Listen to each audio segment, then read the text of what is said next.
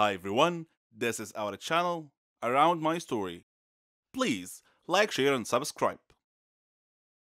7 ans peut être un âge très critique dans la vie d'un être humain. C'est l'année où l'on passe du CP au CE1. C'est peut-être aussi l'année où l'on pratique pour la première fois un sport qui façonnera notre avenir. Mais pour moi, c'est l'âge où mes parents ont décidé de mener des vies séparées. J'ai grandi comme n'importe quelle fille ordinaire, j'ai fréquenté une bonne école maternelle, j'ai fait du sport et j'avais de bons amis. Mes parents, si je me souviens bien, étaient toujours de bonne humeur, l'un envers l'autre et partageaient la joie d'élever leur fille ensemble. Je n'ai que peu de souvenirs des mauvais moments où mes parents se disputaient. Le pire souvenir dont je me souvienne est celui où, à l'âge de 7 ans, allongé dans mon lit, mes parents sont entrés dans ma chambre et mon père m'a dit « Tania, ta mère et moi allons divorcer. » Ma première réaction a été l'instinct naturel d'un jeune enfant qui consiste à me faire des reproches. Lorsque j'étais enfant, j'avais souvent plus d'une fête d'anniversaire. Cela semble cool, mais ce n'est pas ce que l'on croit. Je suis une enfant issue d'un divorce. Mon enfance ne m'appartenait pas, elle appartenait à mes parents. Je me suis perdue dans tous les efforts que j'ai faits pour apaiser les deux camps de ma famille. En me déplaçant seule entre deux vies distinctes, j'étais en marge de chaque famille. Jamais une initiée. Les personnes que j'aimais le plus n'étaient jamais dans la même pièce. Et beaucoup d'entre elles ne savaient même pas qu'elles existaient. Je manquais des événements et des célébrations parce que je devais passer du temps avec mon autre famille. Les enfants issus d'un divorce apprennent à faire face à ces difficultés et à cette instabilité. Mais à l'âge de 10 ans, je ne voulais plus m'en préoccuper. Je ne voulais pas vivre dans 2 maisons différentes, avec 2 chambres différentes, des vêtements différents, des jouets différents, des amis différents et des règles différentes. J'étais une enfant de 10 ans, prise entre le marteau et l'enclume. Un jour, j'ai dit à mon père que je ne voulais plus lui rendre visite. C'était un acte courageux et ignare, pour être honnête. Nous ne saurons jamais si c'était la bonne décision ou non, mais à l'époque, aucun de mes parents ne possédait la stabilité émotionnelle nécessaire pour trouver une solution plus positive. C'est ainsi que les choses se sont passées. La lutte pour le pouvoir qui était restée latente entre mes parents a éclaté à nouveau. Et cette fois-ci, c'est moi qui en ai été la cible. Cette fois, j'étais responsable de la discorde.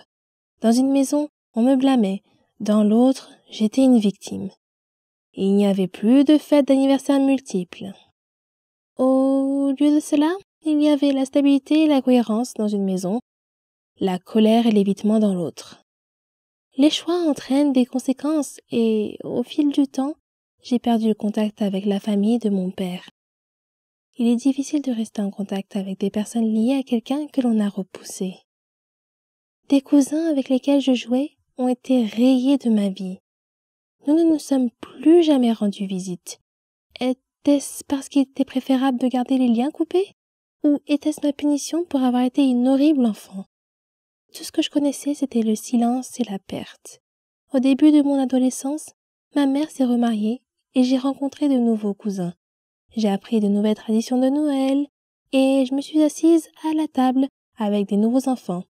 Au lieu de reballoter d'une famille à l'autre, la vie s'est stabilisée.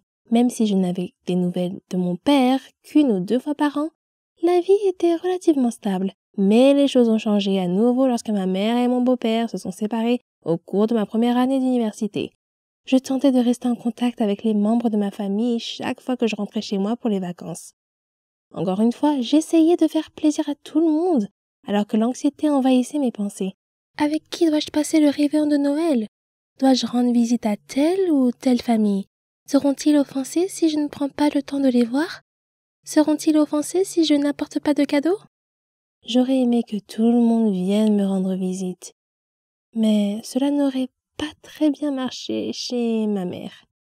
Au lieu de cela, j'ai rendu visite à tout le monde par mes propres moyens, en apportant des petits cadeaux bien pensés que j'avais achetés avec mon budget d'étudiante. Je faisais la causette et me sentais étrangère.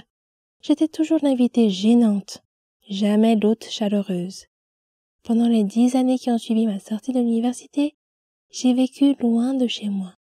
Pas un seul membre de mes 4 familles à l'exception de ma mère, n'est venu me rendre visite, ne m'a appelé ou n'a même fait savoir qu'il passait en ville.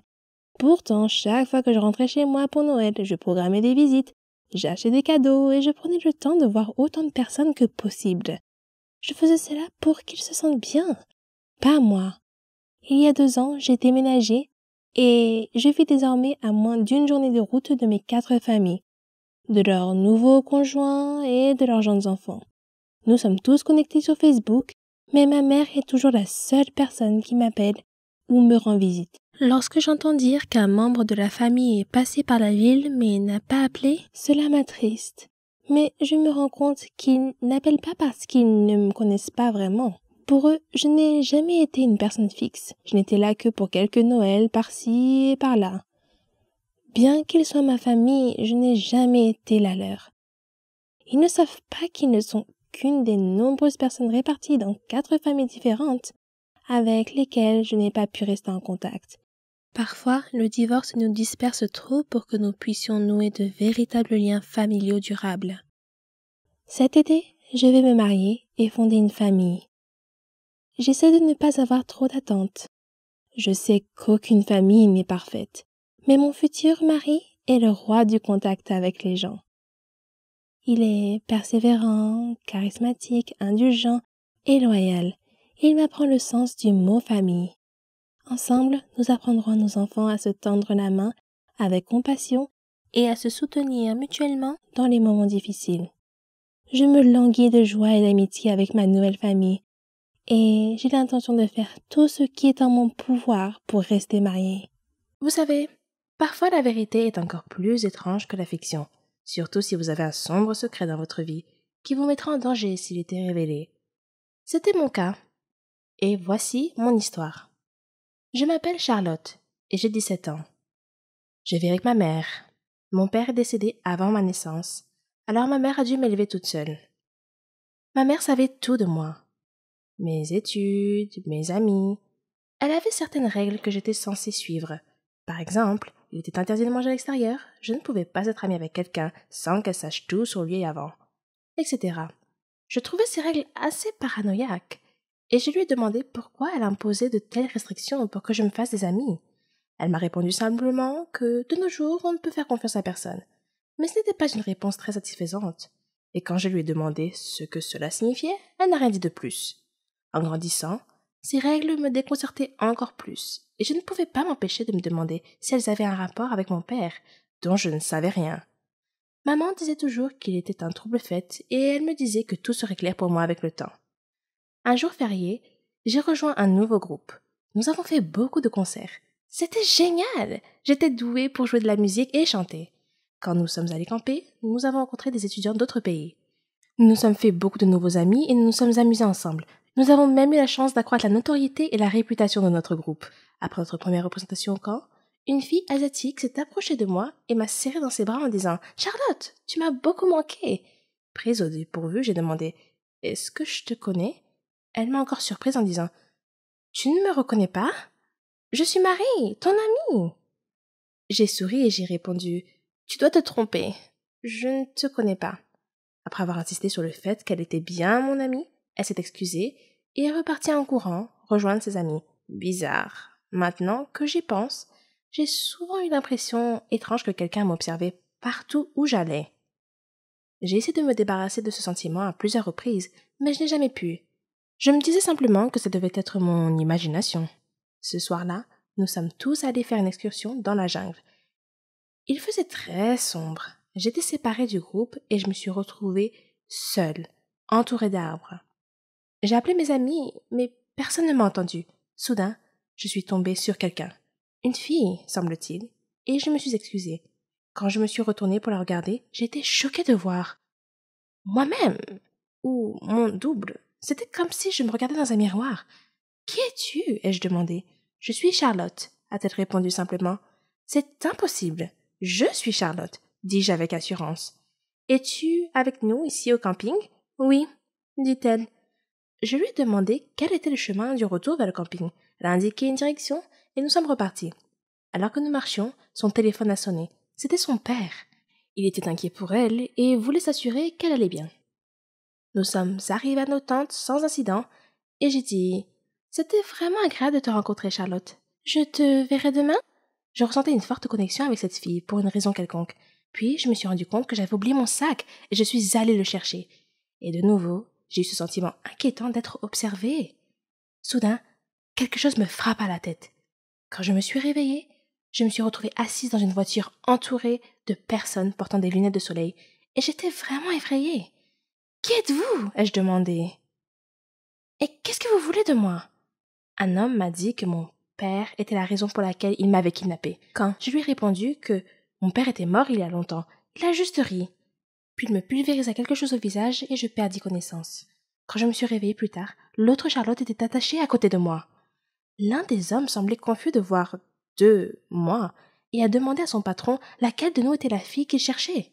Soudain, j'ai entendu quelqu'un crier « Stop! Ne bougez pas !» La police surgit de la ligne des arbres, encercla la voiture et apprehenda les hommes. Puis, ils nous détachèrent toutes les deux. Quelqu'un est apparu, l'air très inquiet. L'autre Charlotte a commencé à se réveiller et a demandé où elle était et ce qui se passait. Puis, elle vit son père et courut vers lui. Son père m'a alors regardé et m'a demandé mon nom et celui de ma mère. Quand je lui ai répondu, il a dit qu'il savait qui j'étais et m'a dit de transmettre ses salutations à maman et de lui dire qu'il continuait à garder son secret. Puis il me remit une médaille et me serra dans ses bras en disant qu'il n'était pas sûr que nous nous reverrions un jour. Je le regardais toujours d'un air confus. Alors il sourit et me demanda où était mon père. Et je lui répondis que mon père était mort. Il a dit que c'était leur accord entre ma mère et lui, qu'il essayait seulement de nous protéger, moi et l'autre Charlotte, qui se trouvait être ma sœur jumelle. Il dit avoir eu des problèmes dans son travail. Des gens ont menacé de nous tuer. Alors lui et ma mère ont décidé de nous séparer. Elle t'a emmené et j'ai pris ta sœur jumelle, a-t-il dit. Nous avons fait ça pour te garder en sécurité. J'ai appelé ta jumelle Charlotte, comme toi. Je me sentais encore un peu bouleversée à ce moment-là. C'était absurde. Je ne pouvais pas le croire. Soudain, j'ai entendu quelqu'un m'appeler. « Charlotte, réveille-toi! C'est l'heure de notre voyage. Tu as dû faire un cauchemar, car tu criais. » Je me suis réveillée et me suis retrouvée dans une tente avec mon ami. Quand je suis sortie de la tente, je me suis arrêtée. Juste en face de moi, me regardant dans les yeux, se trouvait une fille qui était mon reflet exact.